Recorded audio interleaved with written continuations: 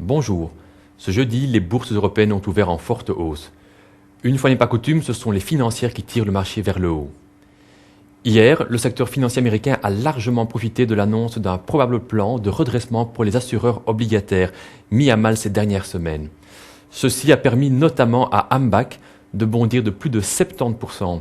Il y a une semaine à peine, des rumeurs faisaient état d'une possible faillite de ce géant de l'assurance obligataire. Alors cette nouvelle est très positive pour Dexia qui est également active dans le secteur de l'assurance obligataire via sa filiale FSA. Dexia bondit aujourd'hui de plus de 8% et signe de ce fait la meilleure progression au sein de l'indice BEL 20.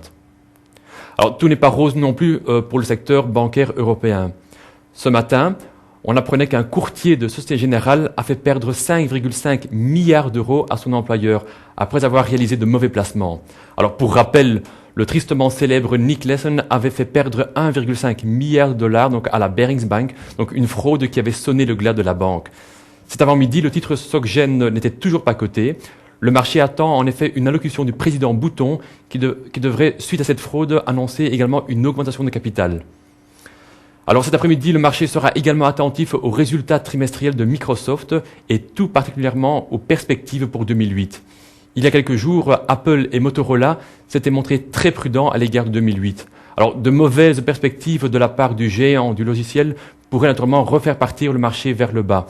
Une chose est claire, la volatilité sur les marchés restera encore très importante au cours des prochaines semaines. Merci à vous.